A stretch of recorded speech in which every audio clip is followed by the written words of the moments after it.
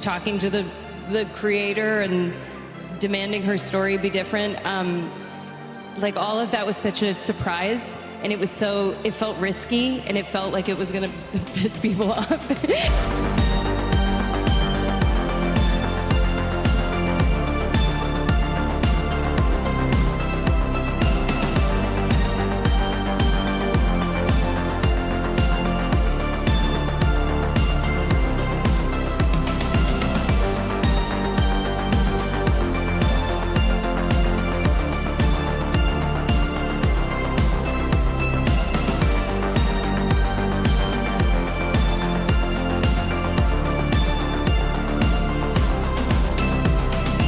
You absolutely hate to see it. Make sure you leave a like on this video right now if you absolutely hate to see it.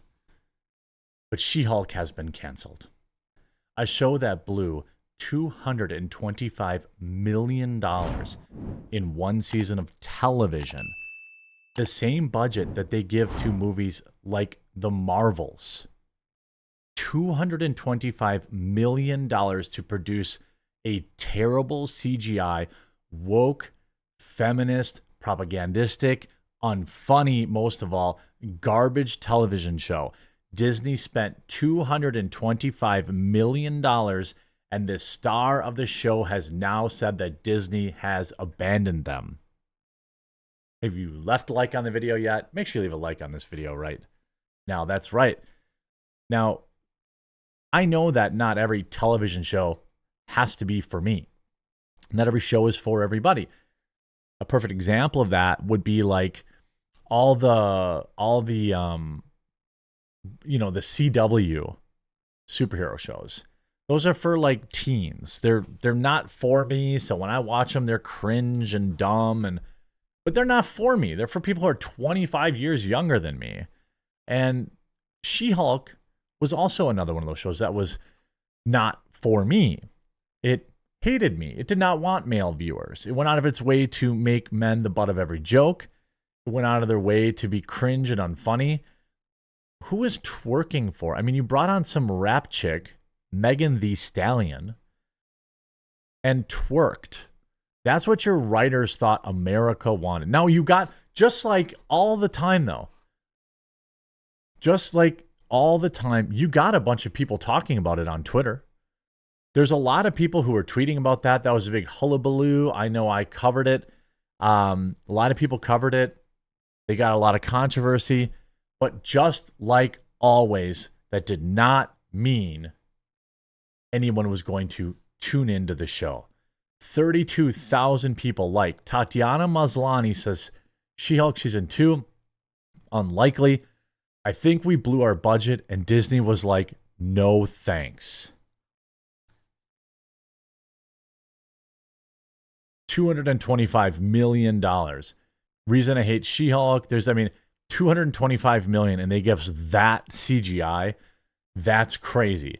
Worst Marvel series ever. $225 million for that. That's part of the thing that the most people couldn't possibly fathom, was that they blew $250 million on that television show. Somebody's going to jail for embezzling money. I mean, I'm laughing at the fact that She-Hulk CGI is incomplete. She easily fits in a Shrek movie. The show actually could have been funny. The show actually could have been funny and more interesting if they actually stuck to the law, the court document stuff. The court cases and things of that nature. But I think that, at $225 million, I can tell you right now, there was zero chance this show was getting renewed. But, we have She-Hulk twerking forever in GIF form. That's a thing, right? How much did they pay to CGI that? Boy, has Marvel really fallen off. $225 million? Like, come on. I've had zero interest to watch anything Marvel lately. So much potential, yet little execution. We don't need also, this was the most horrible and worst MCU product ever.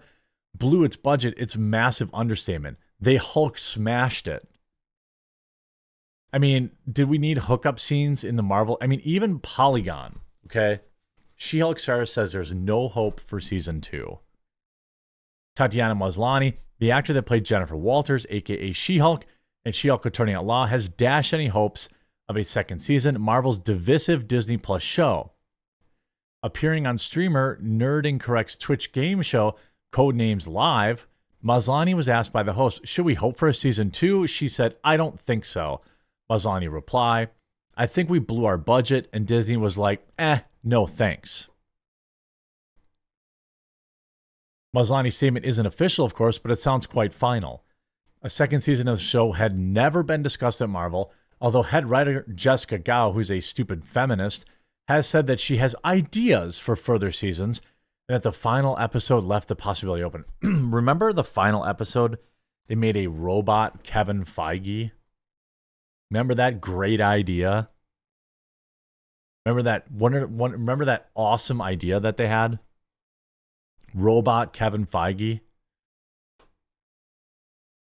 But if Disney had decided against further She-Hulk on TV, it wouldn't be a surprise. In several ways, She-Hulk Attorney at Law was emblematic of the issue Disney has faced with ambitious plans to extend its top-tier cinematic franchises, Marvel and Star Wars, into streaming series. As Maslany hinted, top of those is cost. Conceptually, She-Hulk was intentionally quite modest. A comedy that would gently spoof a staple TV genre, the legal drama, as well as involve some low to mid-tier superhero hijinks and some of the fourth wall breaking meta comedy associated with the character in the comics, which would have been a good show. That's what I said. That's what I said since the beginning. Like, that would have been a decent show. It still wouldn't have been for me, but it would have been fine and it would have had its audience. The problem is they just pissed away 4 times the budget that they could afford to generate.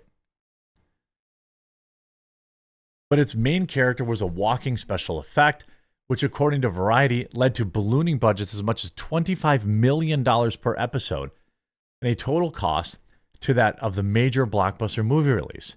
That's a high price tag for a show with a niche, low-stakes concept, which had only middling impact on its release, low viewership. To make matters worse, Variety also reported that Marvel Studios' script development and production process proved ill-suited to episodic TV, resulting in She-Hulk's case in rushed and unfinished visual effects that were especially underwhelming considering the budget. She-Hulk was an object lesson in how difficult it is to scale franchise movie making down to TV. Its apparent cancellation is indicative of a shift away from its expensive strategy at Disney. After premiering 9 live-action shows in the space of 3 years, Marvel is now leaning into animation, with the likes of X-Men 97 and Eyes of Wakanda, as its only has a few live-action TV projects on its slate. And the status of many of those behind this year's Agatha's Darkhold Diaries is unclear. I can tell you right now, Agatha's Darkhold Diaries will be a disaster. Nobody's watching that. Nobody's watching Agatha, an Agatha spin-off show. Nobody. As for She-Hulk, it seems possible the character will pop up in future MCU movies. Yeah, sure, that's possible. But Maslany character certainly isn't working on anything yet. I've got nothing going on. You can find me on Instagram not posting. She joked on the stream. I've got no job. I mean, who could have foreseen this? I mean, if you looked at the She-Hulk writer's room, it was a bunch of brightly colored hair feminists. Go back to Ben Shapiro. She-Hulk was complete garbage. Ben Shapiro claims Disney's indoctrinating kids into LGBTQ agenda with woke garbage. Says Christopher Reeve's Superman movies were better. Well, yeah. Remember that time when they used to make comic book movies that were fun and didn't lecture on woke garbage? Remember that? Like, you watch old Superman movies with Christopher Reeves and you're like, oh, wow, there's not a lot of politics in this. It's basically just Superman. Ever since Disney decided to unleash the fact publicly that it was trying to indoctrinate kids into LGBTQ plus minus divided by signed queer theory, I canceled my Disney Plus subscription, so I've not watched a single moment of Disney Plus ever since. Despite Ben Shapiro's aggressive political leaning being a red flag alone, the fact that he hasn't even watched the show and still calls it garbage is a bigger issue. I mean, it is garbage. And I mean, if you looked at, I think, what is her name? Jessica Gao. I think she was like the director. Yeah. This chick. It's important representation behind the camera in front of it to match, says Emmy-winning writer Jessica Gao, who believes her latest work, She-Hulk Attorney Law, is a testament to the effort. Oops! That didn't age well. It kind of proved worrying about having enough women in front of and behind the camera doesn't necessarily mean something's going to be good. If you can guarantee, basically in modern times, you can 100% guarantee when a movie or a television show is talking about representation and what that means to them and why it's important, that it's going to suck. Like, that is an undeniable fact. It is basically undefeated. We had a chance to infuse all of our life experiences into this. Nobody cares about your life experience. Here's the thing. Self-inserts. Are you aware of what those are? That's when the writers very dubiously will put themselves into a film or a television show or a book. Here's the thing. You aren't interesting.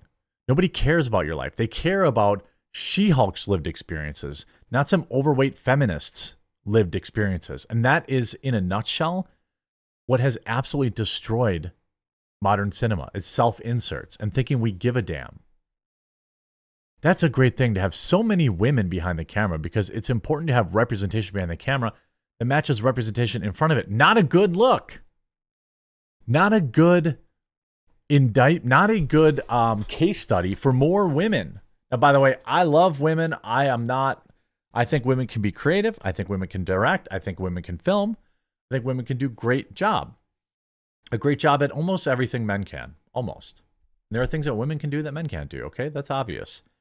All right. But when you just say, put a woman in it, put a chick in it, and make her gay and lame, that's what you get. Having so many different kinds of women, everybody has a different perspective. Everybody has a different life experience, and there's a lot of commonality, but there'll be a lot of specifics that happens to everyone in their life, the head writer told PTI in an interview over Zoom. Nobody cares about head writers Jennifer Gao's fake, some guy coming on to her that never happened. They just self-insert themselves. They don't pay any respect to the actual character or the comic book, and that's why these shows suck. Ripperonis, you won't be missed. Another piece of woke Marvel trash. Peace out.